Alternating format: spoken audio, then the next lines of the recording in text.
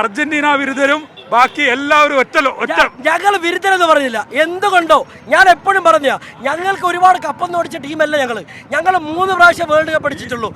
ഈ സ്റ്റാർ 4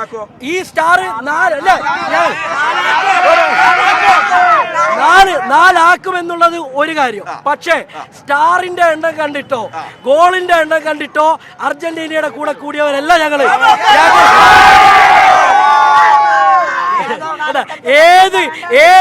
ഞങ്ങൾ അർജന്റീനയെ സ്നേഹിക്കുന്ന എന്തുകൊണ്ടാ?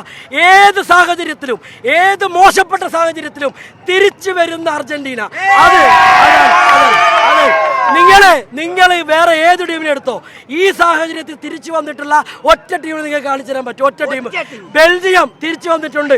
പക്ഷേ ഇതുപോലുള്ള ക്രൂഷ്യൽ സിറ്റുവേഷനിൽ കടന്നിട്ടാണ് പോയിട്ടുള്ളത്. ബെൽജിയം മാത്രമാണ് അങ്ങനെ കളിച്ചിട്ടുള്ളത്. പക്ഷേ അതിനും ഒരുപടി മേലെ, അതുക്കും മേലെ എന്ന് പറയുന്ന പോലെയാണ് അർജന്റീന.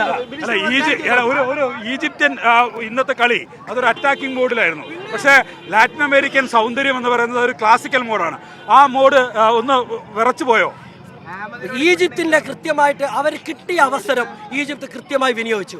ആദ്യ പകുതിയിൽ അർജന്റീന അറ്റാക്ക് കളിച്ചപ്പോൾ അവർ ഡിഫൻസിൽ നിന്ന് കൃത്യമായി കളിച്ചു. പക്ഷേ അവർക്ക് കിട്ടിയ ബോൾ അവർ കൃത്യമായിട്ട് സ്ട്രൈക്കേഴ്സിന് കൊടുത്ത് മുഹമ്മദ് സാലിയും സ്ട്രൈക്കറും ചേർന്നുള്ള കൃത്യമായ കോമ്പിനേഷൻ ഗോളാക്കി.